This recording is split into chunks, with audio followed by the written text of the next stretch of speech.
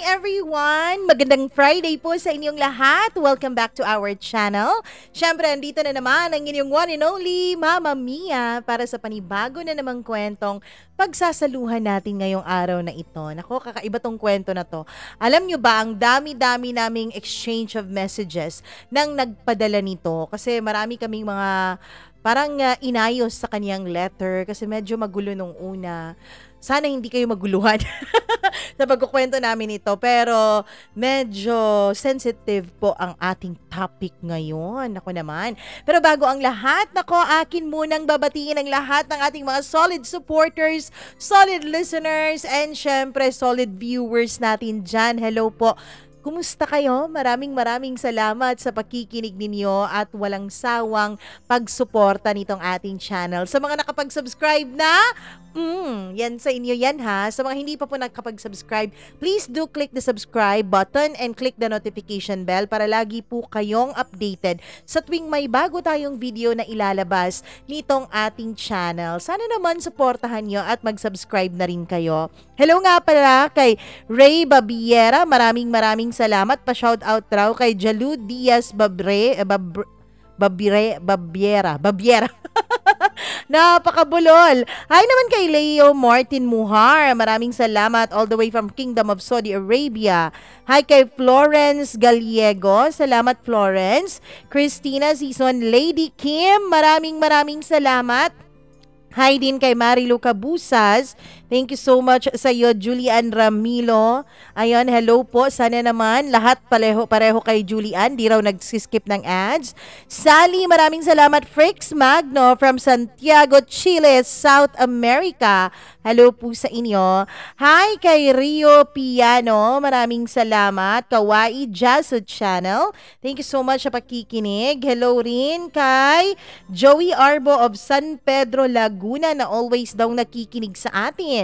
Kay Sir Reynaldo De Vera, maraming salamat. Marilu Sabalye, Maria Elena Abe, thank you so much. Hello din kay Micaela Amura. Maraming salamat, Micaela. Hi kay Beth Lyrics. Salamat sa pakikinig, Riza. Gimaras Girl, Darlene Orchid. Maraming salamat sa pakikinig mo. Ano Bono. Hi. Mas maganda ka rin sa araw ko, Ano Bono. Hi naman din kay Rogie Ginukod. Maraming salamat. Pinay Mama 143 watching from USA. Salamat po sa inyo.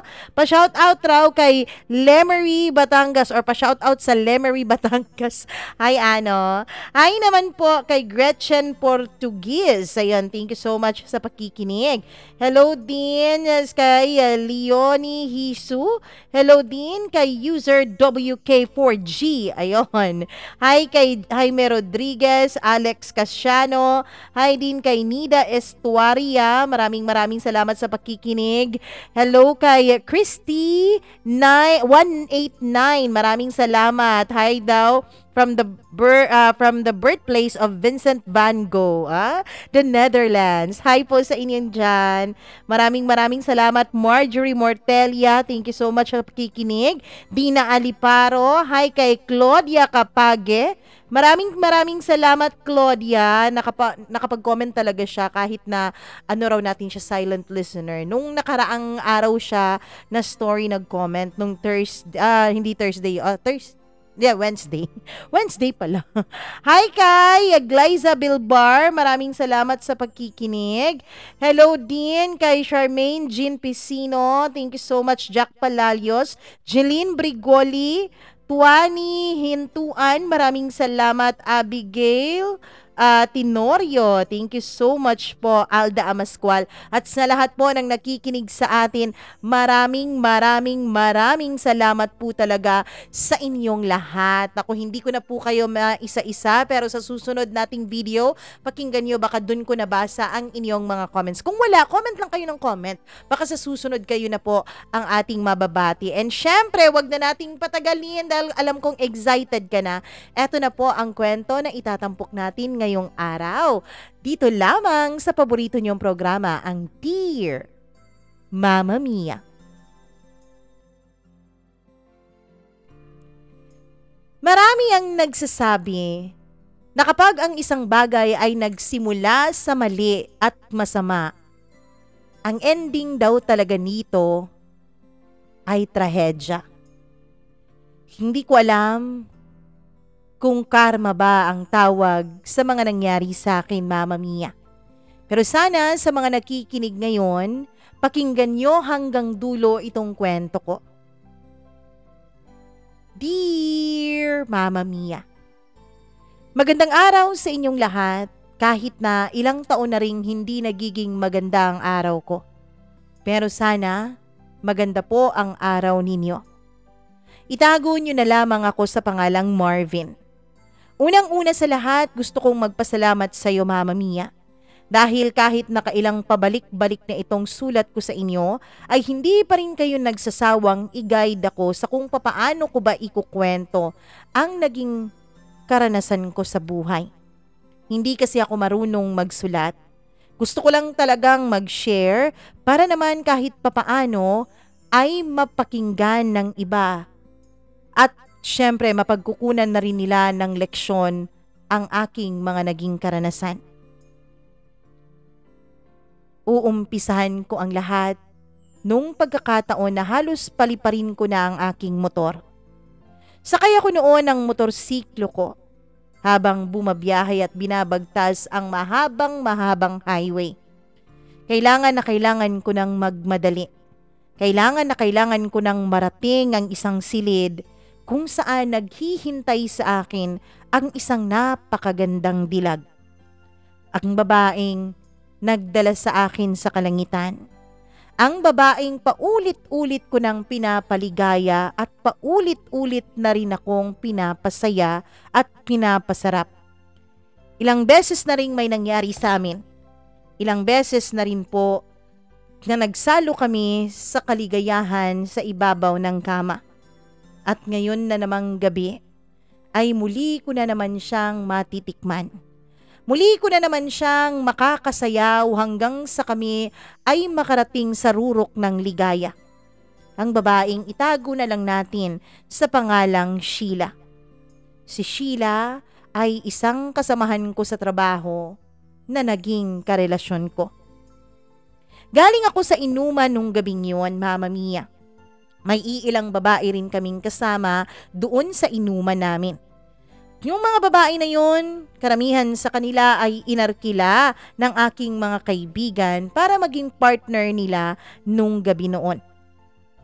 Ang iba naman ay kaulayaw lang talaga. Pero kami, hindi kami pwedeng maging magkaulayaw sa harap ng maraming tao.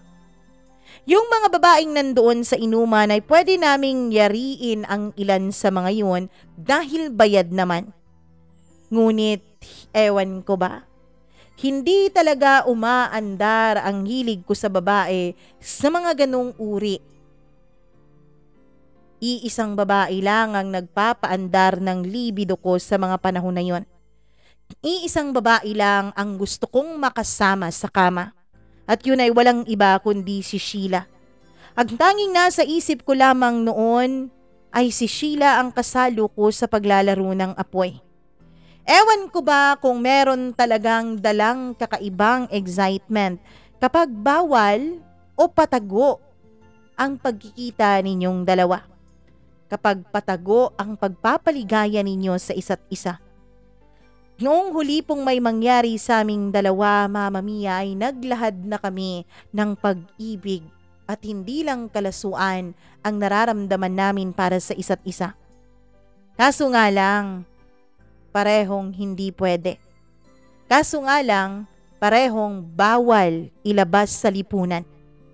Pareho kasi kaming dalawa ni Sheila na may asawa na at may mga anak pa. Dalawa ang anak ko at batang-bata pa ang mga ito. Isa naman ang anak ni Sheila. Kaya sa mata ng lahat ng tao, bawal ang aming pagmamahalan. Ngunit kahit bawal, ewan ko ba, ngayon lang po ako nakaramdam ng ganitong kalabis-labis na kaligayahan kasama ang isang babae. Halos hindi ko na makontrol noon ang sarili ko at napapakagatlabi na ako. dahil naiisip ko na ang mga pwede naming gawin ni Sheila sa ibabaw ng kaniyang kama. Alam kong nag-aapoy na ang katawan ko noon sa pagnanasa sa kanya. Katakam-takam din naman kasi talaga si Sheila kahit nasabihin pa nating may anak na rin siya. Mama Mia, sexy pa rin siya. Saktong-sakto ang kurba ng kaniyang katawan. Parehong maganda ang kaniyang hinaharap at ang kaniyang likuran. Hindi ko alam pero kahit ilang beses na kaming magniig sa ibabaw ng kama ay hindi pa rin mapawi-pawi ang naglalagablab kong damdamin at nagliliyab kong loob para sa kanya. Ngunit kung tatanungin niyo ako, ay hindi naman talaga katawan lang ang habol ko kay Sheila. Hindi lang naman pagpapaligaya sa ibabaw ng kama ang nararamdaman ko para sa kanya. At hindi lang yon ang rason kung bakit ko siya pinatulan. May iba pa po akong mga rason. Pero Mama Mia, isa sa mga pinakamalaki kong rason ay para yatang lumalala ang pagkabungangera ng asawa ko nung mga panahon na yon.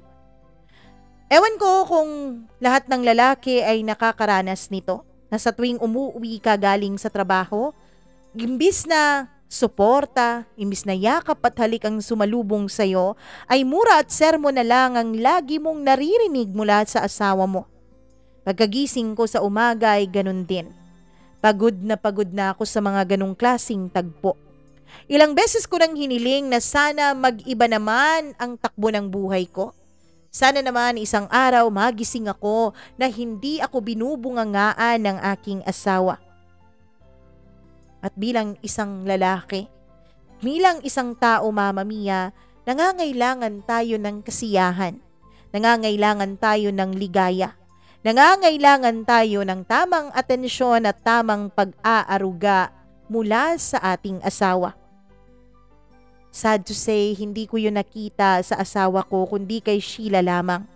Si Sheila lamang ang nakakapagbigay sa akin ng ganoong klasing atensyon, ng ganoong klasing ligaya at ng ganoong klasing pagmamahal.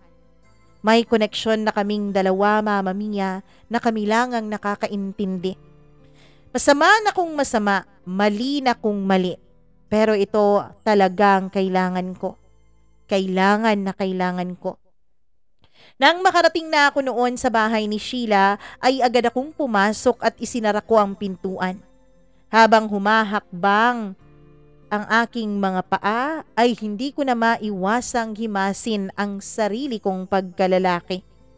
Ewan ko ba, pero sa bawat pagkakataon na magsasama kaming dalawa ni Sheila, ay hindi ko talaga makontrol ang galit na galit kong pagkalalaki.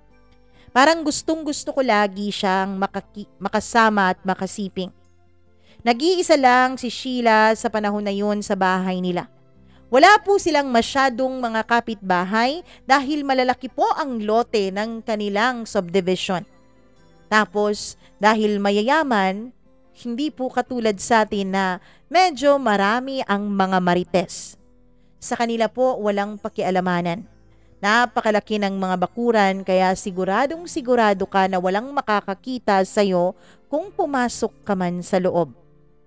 Ayon kay Sheila, Mama Mia, ang kanyang anak at asawa ay umalis.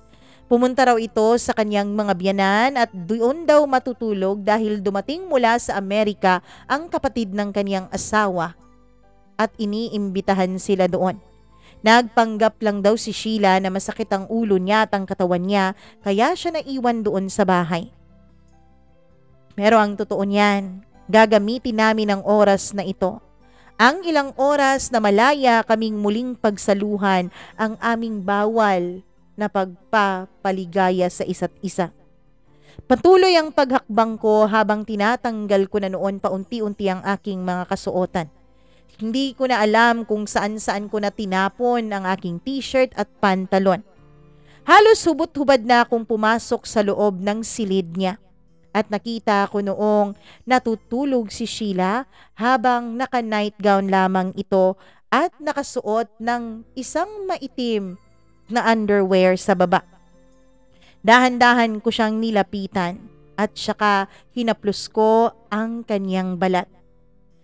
Medyo napaungol noon si Sheila at saka nagising siya. Mama Mia, hinawakan niya ang mukha ko. Kinabig niya ako at inilapit sa kanyang mukha tapos naghalikan kaming dalawa. Kanina ka pa ba? Tanong niya nung matapos niya akong halikan ng matindi. Hindi ako sumagot, bagkus ay ako naman ang kumabig sa kanya at ako naman ang nakipaghalikan sa kanyang maninipis at malalambot na labi. Hanggang sa tuluyan na nga na hinubad na rin ni Sheila ang kanyang natitirang saplot sa kanyang katawan. Muli ay napabuntong hininga na naman ako nung makita ko na naman ang kaseksihan ng babaeng nasa harapan ko. Ng babaeng alam kong hindi ko kailanman magiging pag-aari dahil kasal at asawa na ng iba.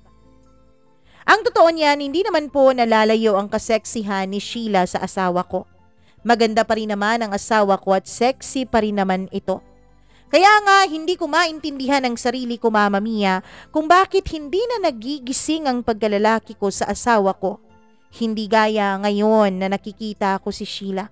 Hindi gaya kay Sheila na talaga namang lagi akong sabik na sabik sa kanya. Nag-aayos din naman ang asawa ko. Nagna-night gown din kapag natutulog pero wala na talagang epekto sa akin.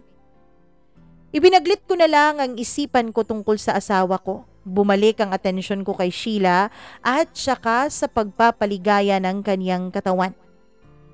Diyan talaga ako bilib sa iyo, Marvin eh.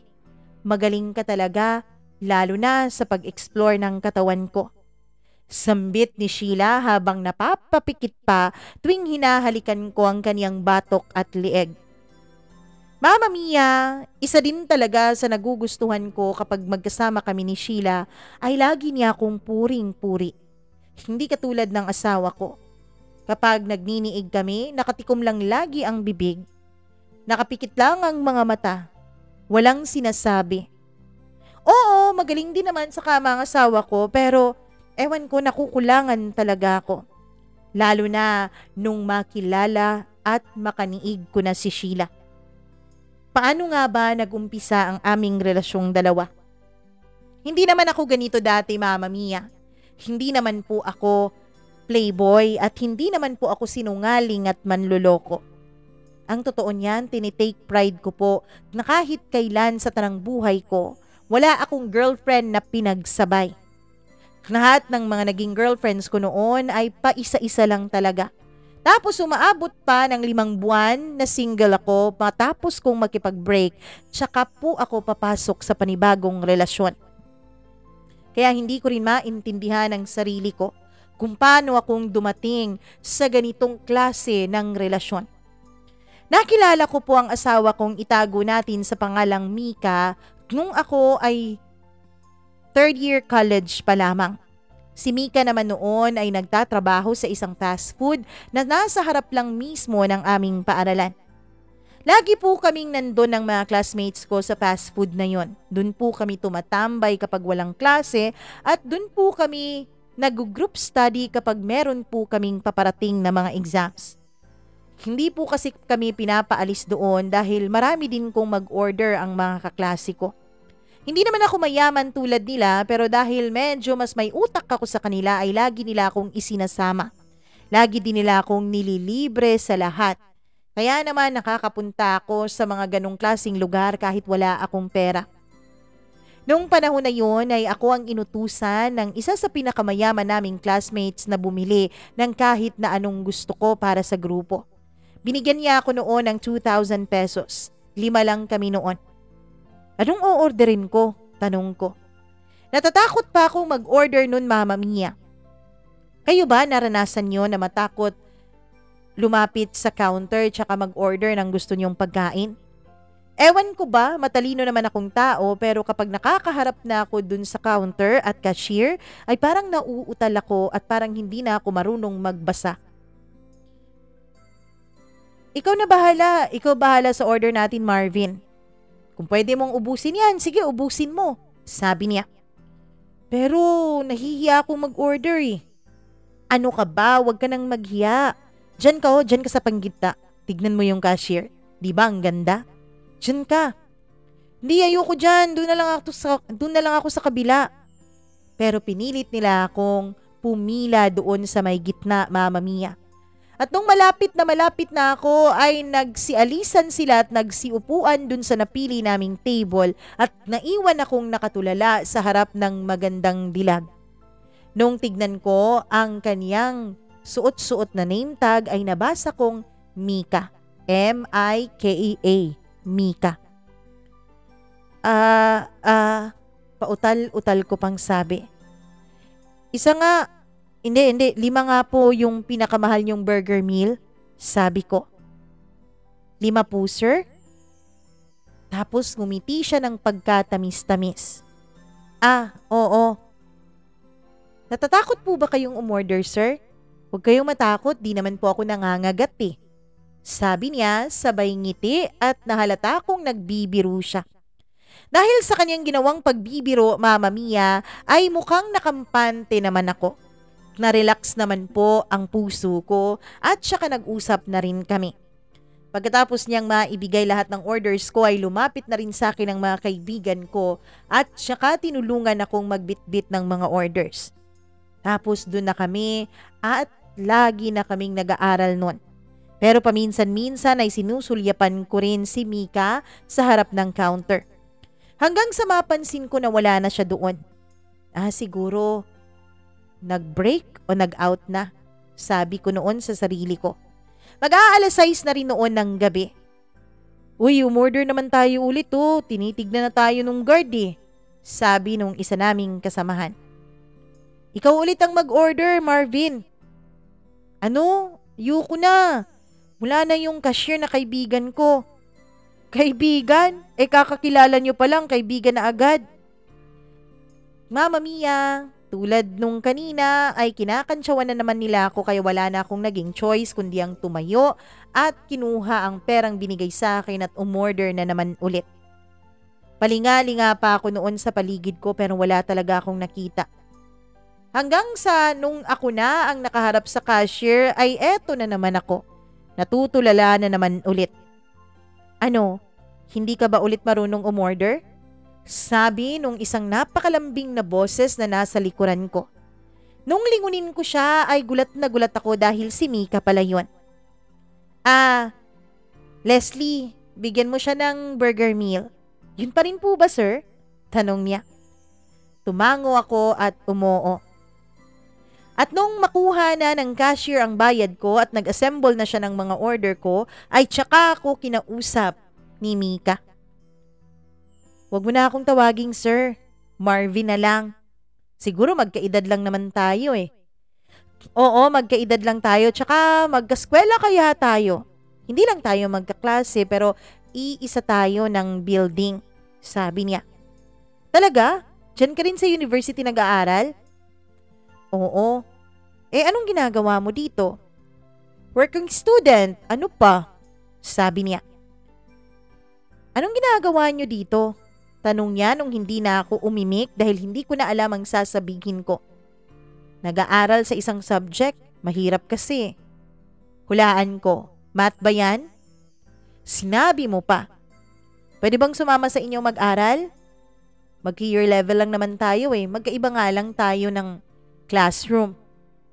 Tsaka ko siya sinama dun sa grupo at pinakilala.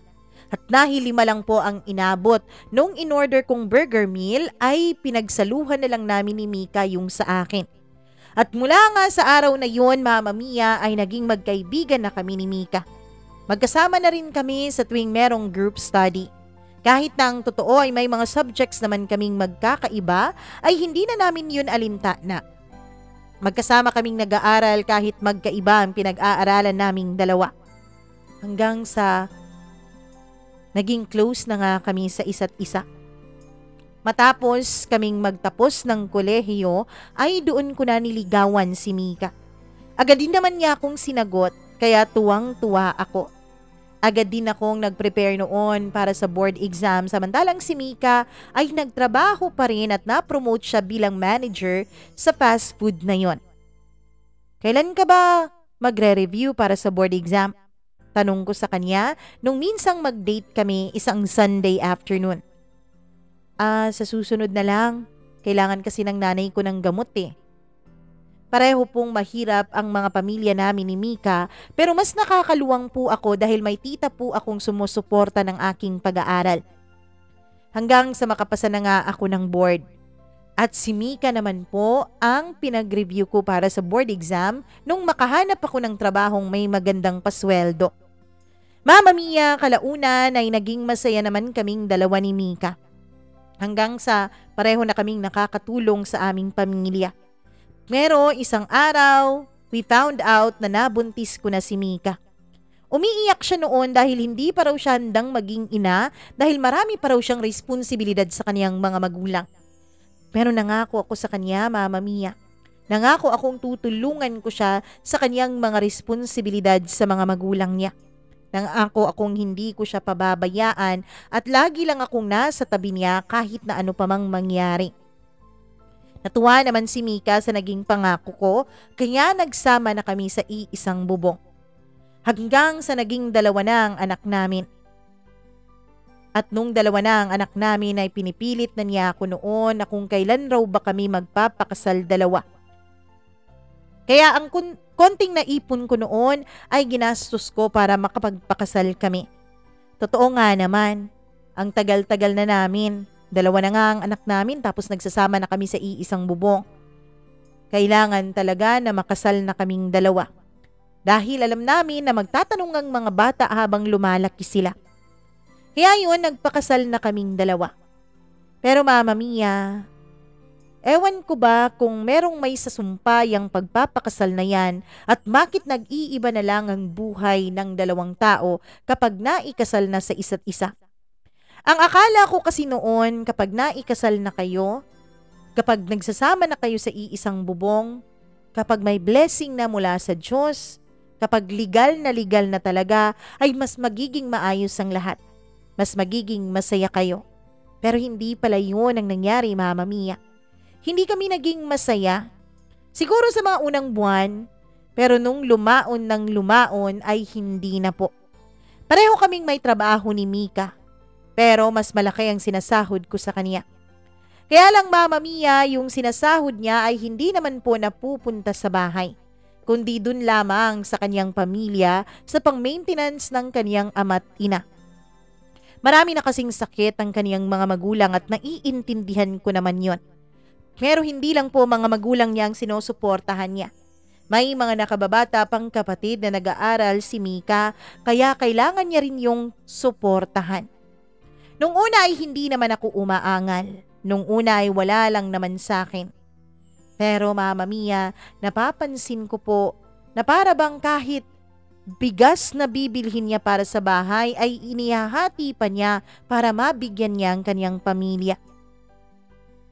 Han, kailan mo ba talaga gagawing priority tong pamilyang binuo nating 2? Tanong ko sa kanya. Ano ba namang tanong yan, Marvin? Alam mo namang hindi ko pwedeng pabayaan sina Mama at Papa, di ba? Alam ko yun, Han, pero matagal ka nang nakasuporta sa kanila eh. Yung pangalawa mong kapatid, nakapagtapos nga pero wala namang trabaho, pa-extra-extra lang. Parakit-rakit lang.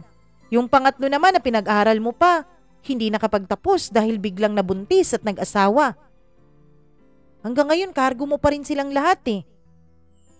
Marvin, napag-usapan na naman natin to, di ba? Tsaka ikaw naman ang may gusto nito eh. Sabi ko naman sa'yo nung binuntis mo ako na hindi pa ako handa. Pero bakit ngayon nagrereklamo ka? Hindi naman sa nagrereklamo ako, Han. Ang sa akin lang naman, gawin mo namang priority tong pamilya natin. Paano tayo makakaipon para sa pangarap nating bahay at kotse?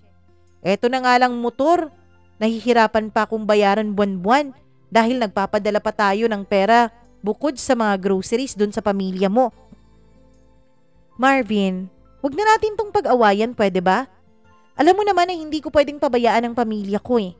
Wala nang ibang maaasahan ng nanay at tatay ko at saka yung 2 nakababata ko pang kapatid. Yan na nga ba sinasabi ko sa'yo eh. Dapat tinuturuan mo yung mga kapatid mo na maging responsable. Ikaw naman noon habang nag-aaral eh, nagtatrabaho ka, di ba? Bakit hindi nila magawa yun? Bakit kailangang i-baby mo ang mga yun? Ito ang naging simula ng pagbabangayan naming mag-asawa. Etong reklamo ko tungkol sa tingin kong nalalabis na sustento ng asawa ko sa pamilya niya. Pero Mama Mia, tama naman po ako, hindi ba?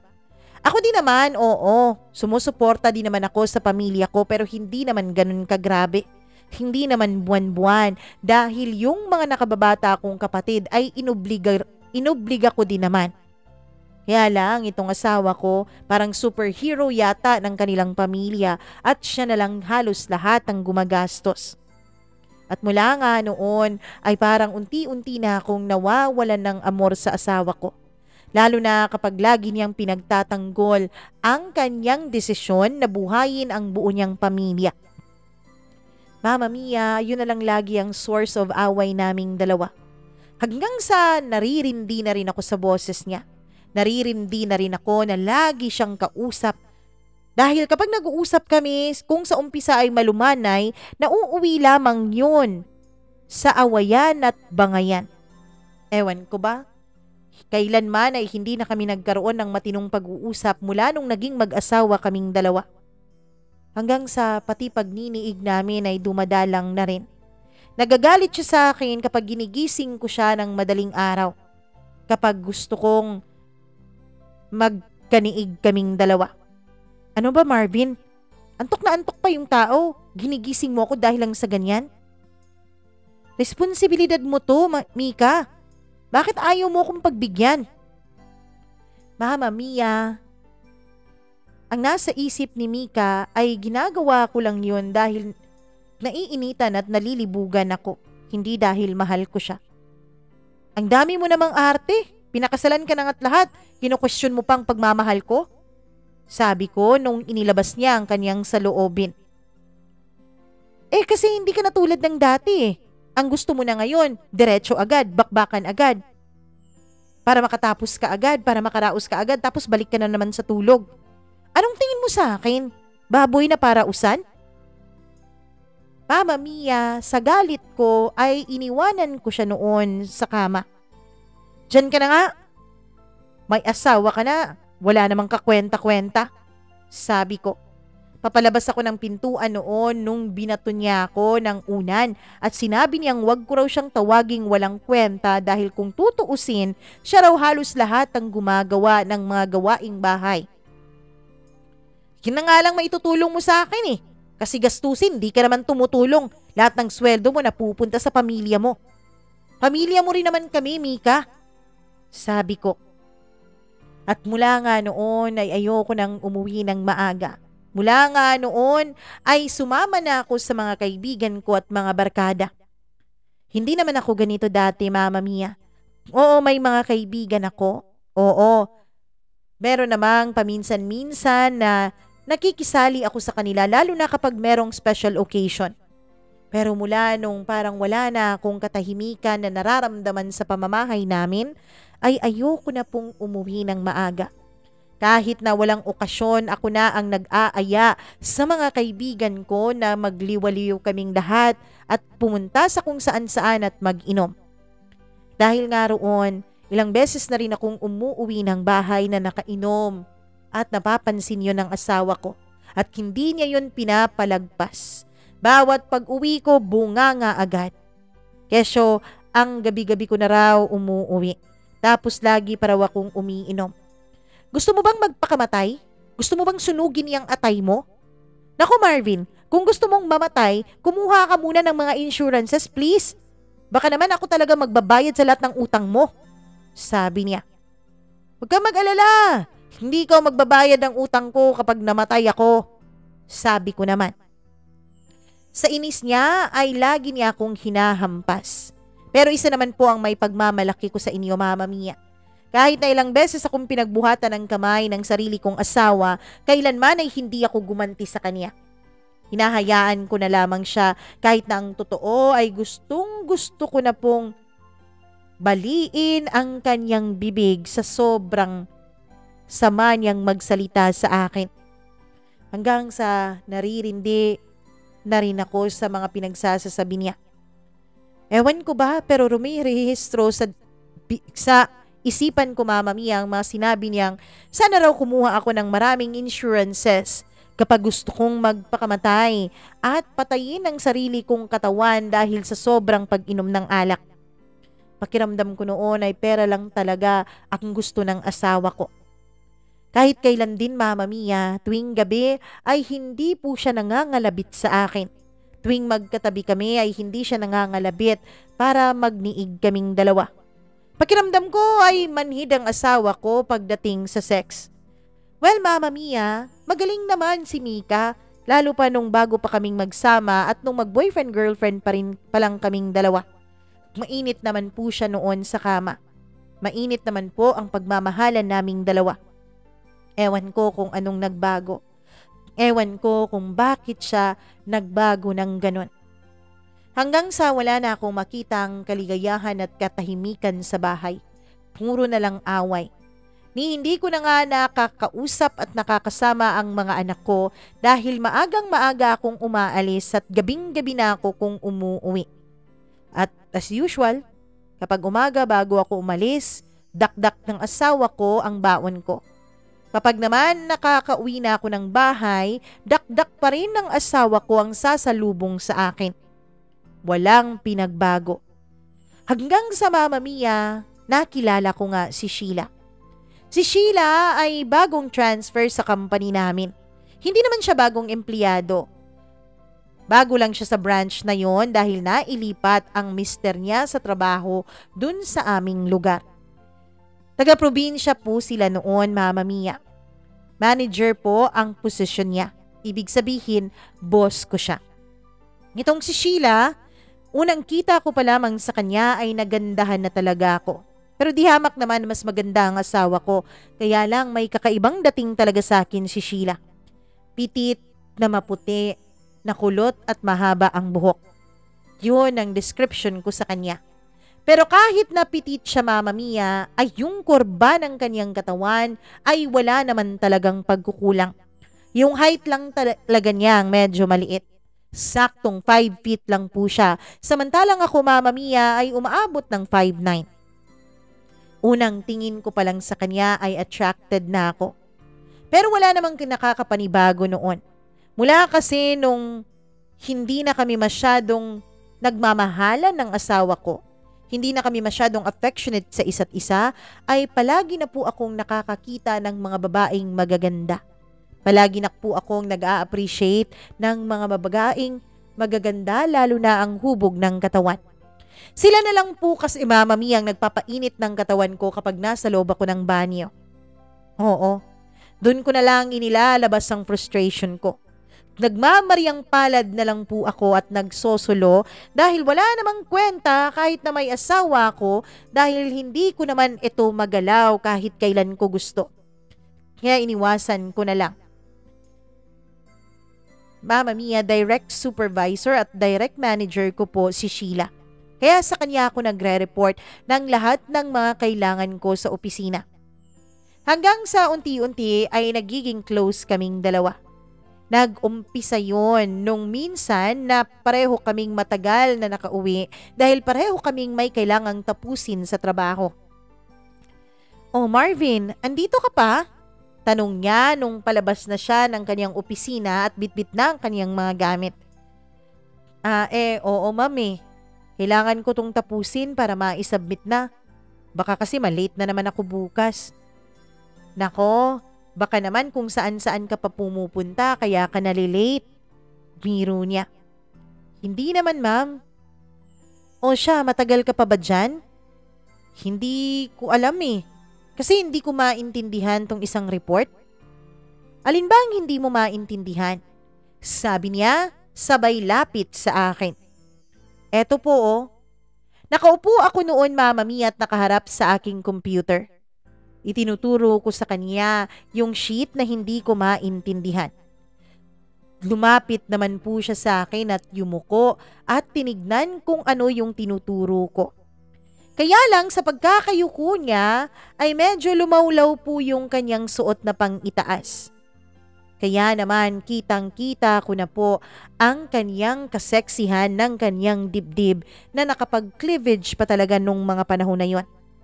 Hindi ko maiwasan, Mama Mia, ang lumingon-lingon at sumulyap-sulyap sa mga mayayaman niyang dibdib.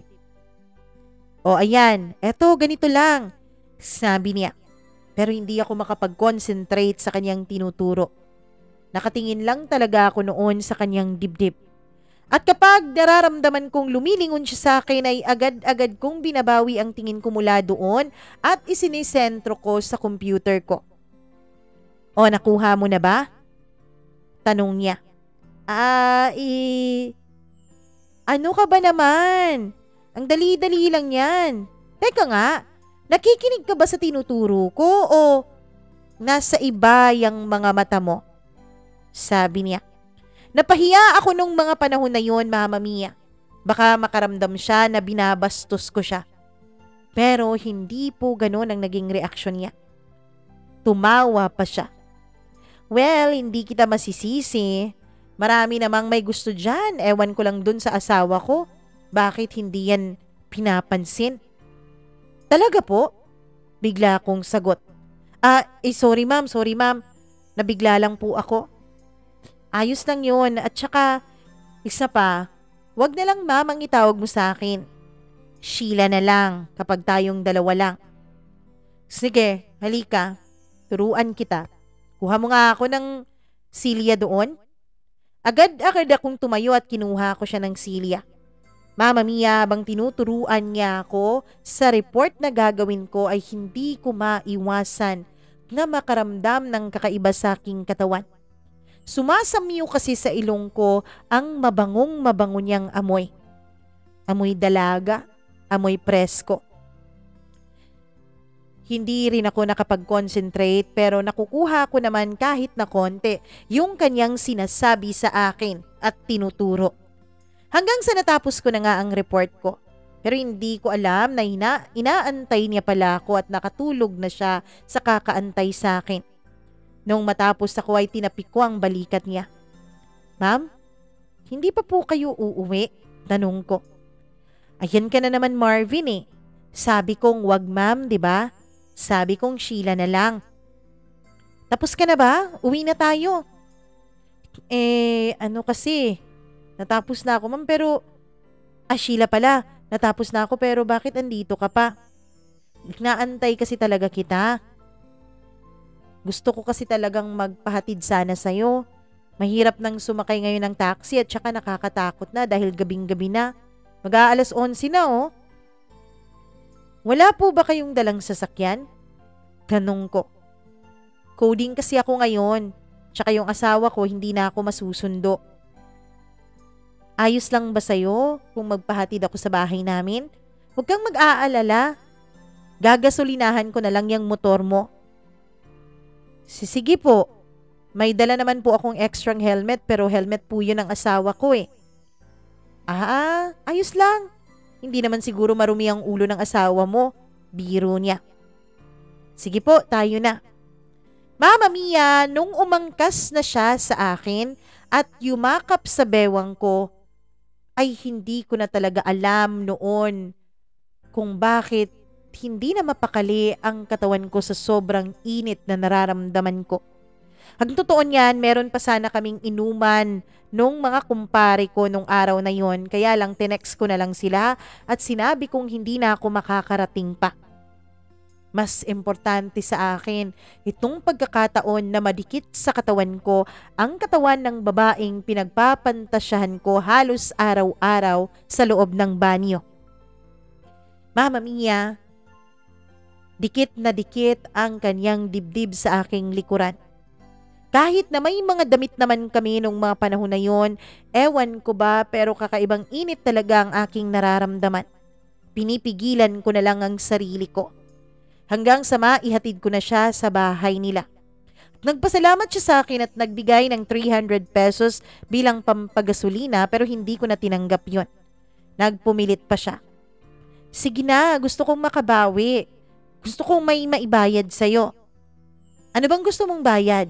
Tanong niya. Kulang pa ba yung 300? Kiss sana. Biro ko sa sarili ko na naibulalas ko pala at narinig niya. Ano? Tanong niya sabay tawa. Hindi, joke lang yun. Bago pa man ako makapagsalita ulit Mama Mia, ay siya na ang kumabig sa akin at hinalikan ako ng matindi sa aking mga labi. Naghalikan kami noon. Buti na lang at hindi lumabas ang asawa niya sa bahay nila at buti na lang talaga gabing-gabi na noon at wala ng mga tao sa labas. Matapos ang halos 1 minuto naming halikan ay bumitaw siya. Sakto na ba yon? Hindi ako makapagsalita. Bigla siyang tumalikod at nagpaalam at ang sabi niya, "See you tomorrow," sa uulitin. Ako naman noon ay umuwi ng bahay na nakatulala. Lutang na lutang pero ang totoo ay masayang masaya naman. Kaya lang nabitin ako. Sana bukas din magpahatid siya ulit. Pero Mama Mia, nung makarating ako sa loob ng opisina namin kinabukasan ay parang walang nangyari kay Sheila. Parang walang nangyari sa amin nung nagdaang gabi. Ganun pa rin ang pakikitungo niya sa akin. Siyempre dahil may ibang taong nakakarinig, ma'am po ang tinatawag ko. Hanggang sa nung mag-aalas 5 na ay nakatanggap ako ng isang text message mula sa kanya. "Overtime ka ba ngayon? Kung hindi, wag ka munang umuwi. Papahatid sana ulit ako sa iyo eh. Kaya lang this time, dun sa bahay ng biyanan ko. Medyo malayo eh. Ayos lang ba?" Hindi na ako nag-reply noon Mama Mia. Nagkunwari na lang akong merong overtime nung tanungin ako ng iba kong mga kasamahan kung hindi pa ako magla-log out. Nung umalis na silang lahat ay tsaka ako nag-reply kay Sheila. "Sang banda ba yun? 2 oras yung biyahe. Pero wag kang mag-alala. Babayaran naman kita." "Ano bang klaseng bayad yun? Tulad ba nung kagabi? Gusto mo ba yun?" "Lugi ako dun. Lugi ako sa halik," sabi ko. "Eh di sobrahan natin. Hindi lang halik."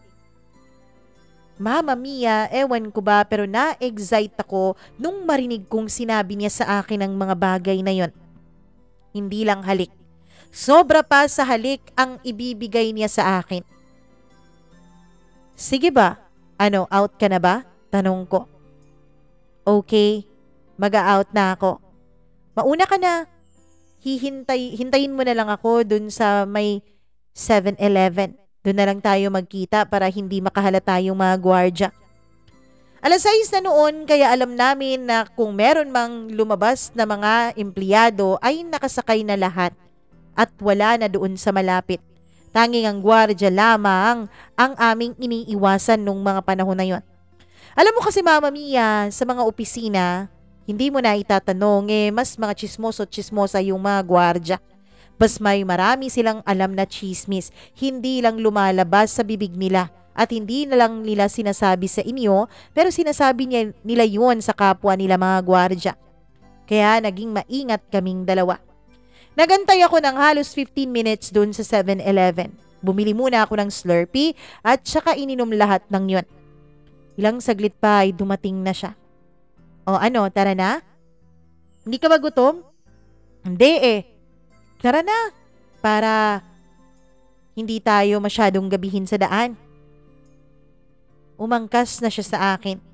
Pero wala pang 30 minutos ang biyahe naming dalawa nung bigla niya akong sinabihan na itabi muna ang motorsiklo. Tumabi kami sa daan. "O bakit?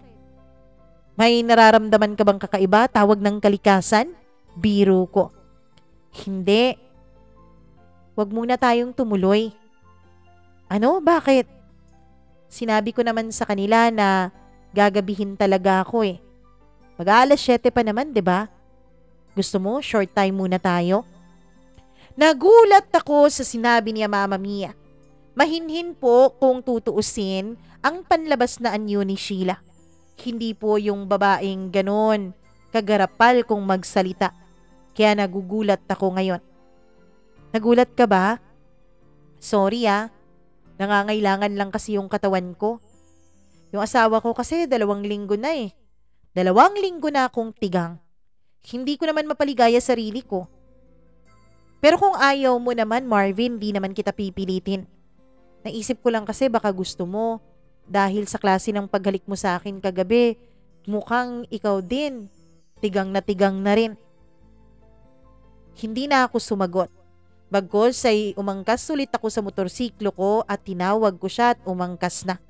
Sabi ko akong bahala. Mama Mia, pumunta kami sa pinakamalapit na biglang liko kung saan kami naruroon nung mga oras na yon. At pagkapasok namin sa loob ay wala kaming sinayang na sandali. Para bang ang tagal-tagal na naming iniisip na gawin yon sa isa't isa. Para bang ang tagal-tagal na naming pinangarap na magkaroon kami ng ganong klasing ugnayan. Oo, Mama Mia. Agad-agad. Marang napakabilis ng lahat ng pangyayari. Parang sabik na sabik at uhaw na uhaw kami sa isa't isa. Naghalikan, naghubaran hanggang sa napunta na kaming dalawa sa kama.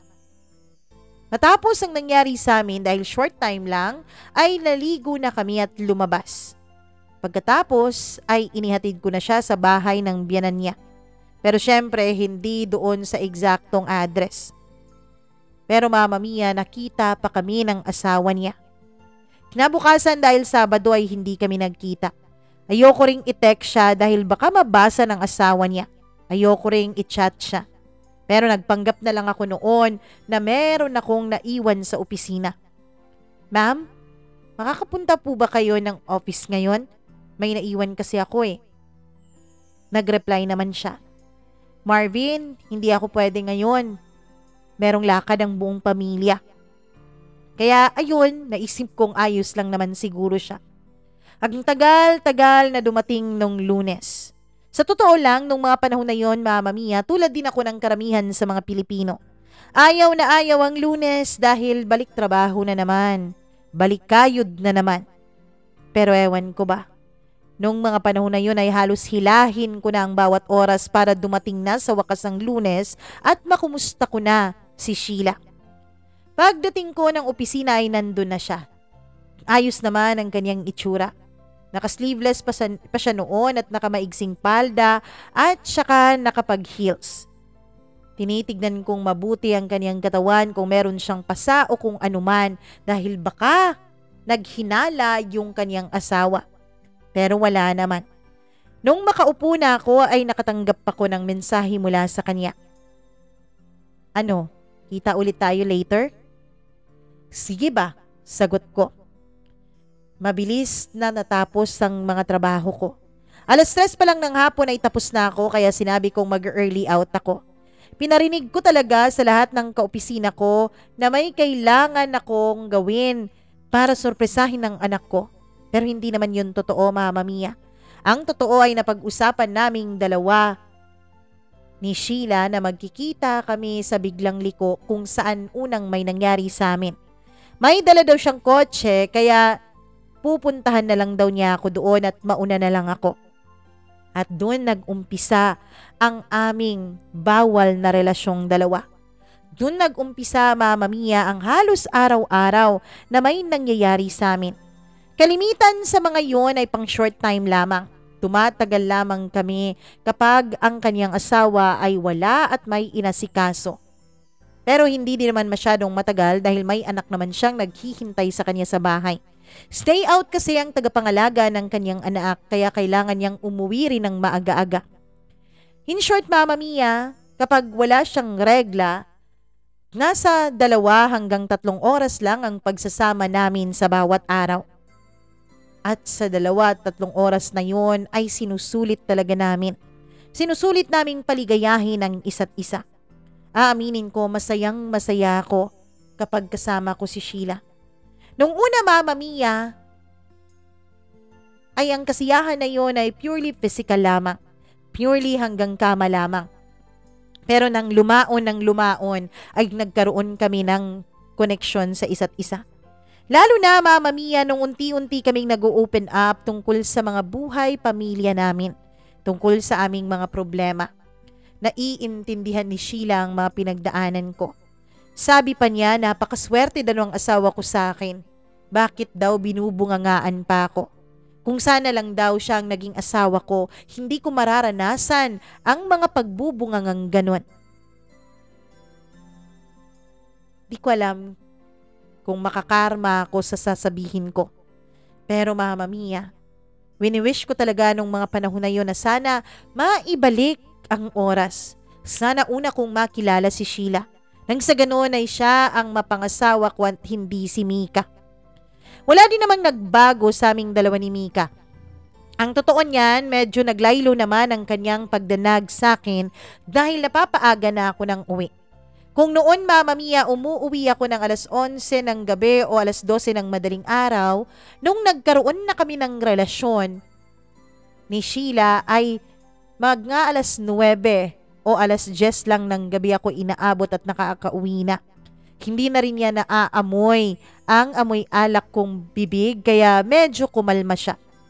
Pero Mama Mia, nung tumagal ang pagkakaroon namin ng relasyon ni Sheila, ay napapansin na rin ito ng aking asawa. May kakaiba raw akong amoy, parang amoy pambabae. Sabi ko naman air freshener yon na ginagamit sa opisina. Nung una ay nakakalusot ako, pero habang tumatagal ay nagbubunganga na naman siya sa akin. At nung malapit na nga kaming mag5 buwan ni Sheila, ay dun ko na napagtanto sa sarili ko na hindi na lamang basta-bastang libog ang nararamdaman ko sa kanya, kundi mahal ko na si Sheila. Mahal ko na ang babaeng nakakaintindi sa akin. Kaya eto kami ngayong gabi na ito.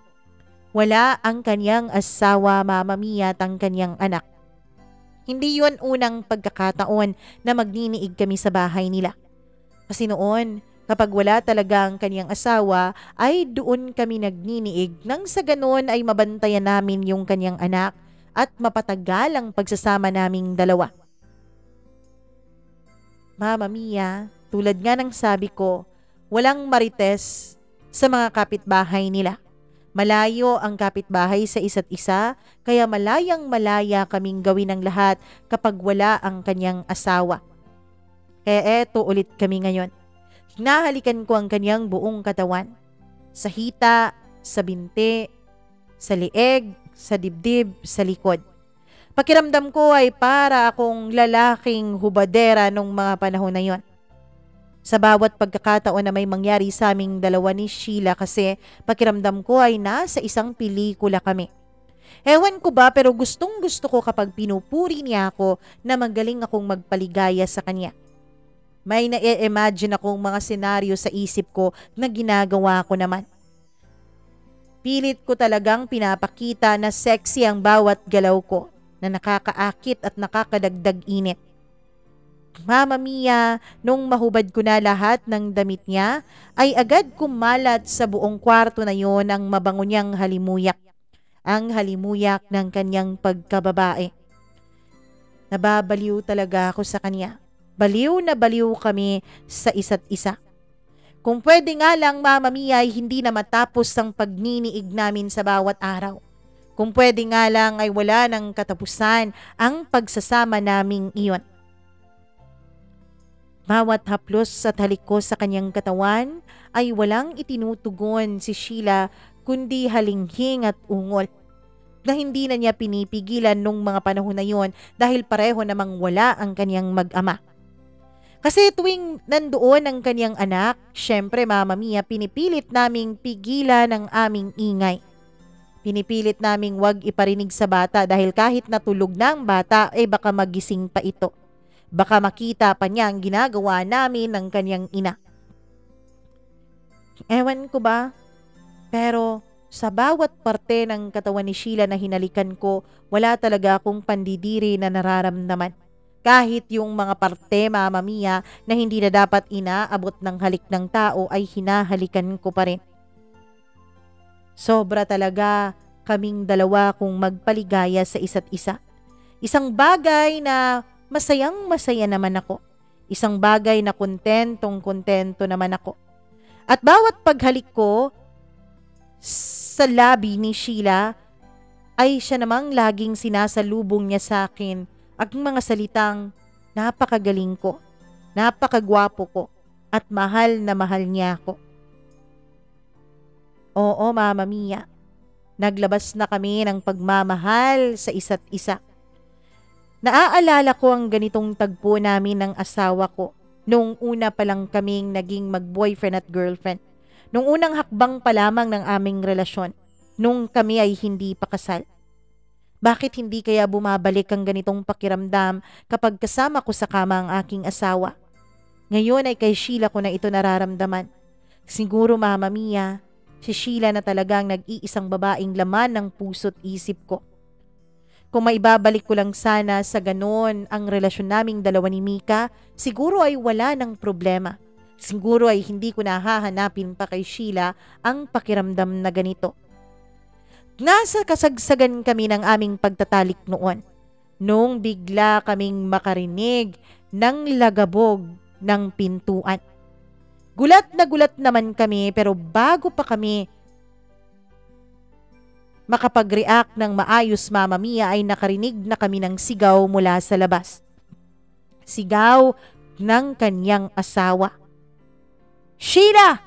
Walang yakang babae ka, iniiputan mo ako sa ulo. Ngayon mahuhuli na talaga kita. Nasaan yung lalaki mo? Sino yung may-ari ng motor na nakapark sa labas? Sigaw niya. Mama Mia, ako naman noon ay naguguluhan kung saan ako dadaan. Pero bago pa man ako makapagsuot ng aking mga saplot ay nakapasok na sa loob ng silid ang asawa ni Sheila. May dala po itong matalim na kutsilyo. Sinugod niya ako Mama Mia. Pero pinigilan siya ni Sheila. Umiiyak si Sheila na nagmamakaawa sa asawa niya. Huwag mong gawin to, Pao. Huwag, Pao, please. Anong wag?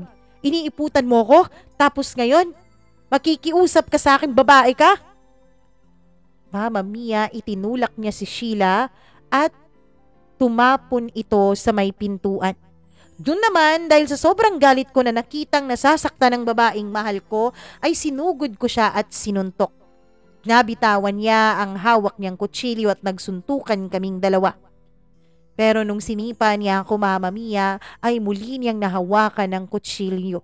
Akmang dadambahan na niya ako ng saksak nung iniharang ni Sheila ang katawan niya. At siya ang nasaksak nito. Hindi lang isang saksak kundi 3. 3 saksak, Mama Mia.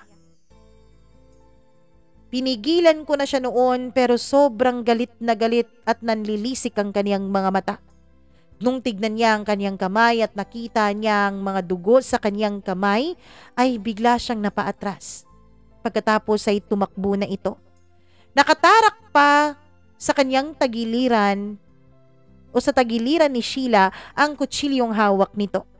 Umiiyak ako noon, Mama Mia, pero wala nang buhay ang babaeng mahal ko. Hindi ko alam kung anong gagawin ko nung mga panahon na yon. Mama Mia, tumawag ako ng ambulansya. Meron nakarating sila ay wala na talagang buhay si Sheila. Pagdating ng mga pulis na nag-iimbestiga, syempre nahawakan ko po yung kutsilyo dahil sa kakaalo ko noon kay Sheila kaya nakakita sila ng fingerprint ko doon at isa po ako sa kanilang suspect. Inaresto po ako, Mama Mia. Pero wala din pong naikaso sa akin. Dahil sa pagkakaaresto ko ay napilitan po akong umamin sa kapulisan ng buong pangyayari. Ang kanyang asawa naman, Mama Mia, ay 3 araw na nawawala mula noon. Pero pagkatapos ng 3 araw ay nakita na lamang ito. Nakita na lamang ang katawan nito sa isang motel, Mama Mia, na wala na ring buhay. Oo, kinitil din ng asawa ni Sheila ang kanyang sariling buhay nung mawala si Sheila, Mama Mia. Nung malaman naman ni Mika ang nangyari sa akin, ay galit na galit siya. Umiiyak siya. Tinatanong niya lahat ng pagkukulang niya. At saka naman isinumbat ko yun sa kanya, Mama Mia. Tinawag pa niyang malandi si Sheila pero nagalit ako. Doon ko napatunayan na mahal ko na talaga ang kalaguyo ko. Mahal ko na si Sheila nung mga panahon na yon. Iniwanan ako ng asawa ko. Hindi rin na ituloy ang kasong isinampas sa akin dahil nakuhanan rin ng fingerprint ng asawa niya ang kutsilyo bilang ebidensya. At nagtugma rin naman ang mga sinabi ko dun sa sinabi ng isang kapitbahay na pumasok raw ang asawa ni Sheila na galit sa loob ng bahay nila. In short ay napawalang sala ako. Pero Mama Mia, nung makalaya ako, ay wala na po ang mag-iina ko. Umuwi na sila ng kanilang probinsya. Hindi ko na rin sila sinundan. Sa ngayon, Mama Mia, ay wala na rin akong naging communication pa kay Mika. Nagpapadala na lang ako sa kanyang kapatid ng pera bilang pangsustento sa aking mga anak. Pero hindi na ako kinausap kailanman ng asawa ko. Sa ngayon ay nanatili pa rin akong single. Wala pa po akong karelasyon dahil hindi ko alam kung muli pa akong makakapasok sa panibagong relasyon. Masama man pong sabihin pero miss na miss ko na po si Sheila. Miss na miss ko na po ang babaeng nagparamdam sa akin ng labis-labis na pagmamahal. Ang babaeng iniharang ang kanyang sarili para lamang maprotektahan ako. Hanggang dito na lamang po, Mama Mia, at maraming salamat sa pakikinig ninyong lahat nitong naging kwento ng buhay ko. Kung meron man akong leksyon na maibabahagi sa inyo, sana ay bago kayo magpakasal, sana bago kayo mambuntis, dapat sigurado na kayo. Dahil napakahirap ng bawiin ng desisyon kapag nagawa mo na. Lalong-lalo na ang mga panghabang buhay na commitment katulad ng kasal. Bago kayo magpakasal, siguraduhin niyo munang handa kayo sa lahat ng mga worst na po pwedeng mangyari sa buhay ng tao. Kasi kapag kasal na kayo, Mama Mia, dun mo na makikita ang lahat. Dun mo na mararamdaman ang lahat, lalo na kapag meron na kayong mga anak. Maraming salamat po ulit. Hanggang dito na lamang, lubos na gumagalang, Marvin.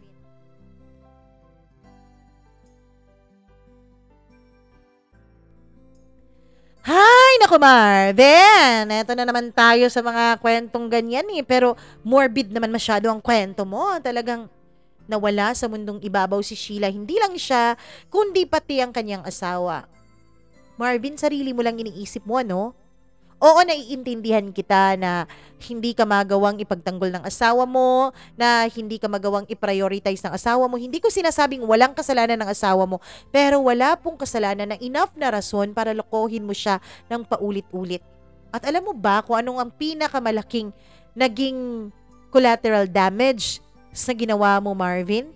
Yun ay walang iba kundi ang anak ni Sheila at ng kanyang asawa. Nawalan siya ng parehong mga magulang dahil sa iyong kalandian.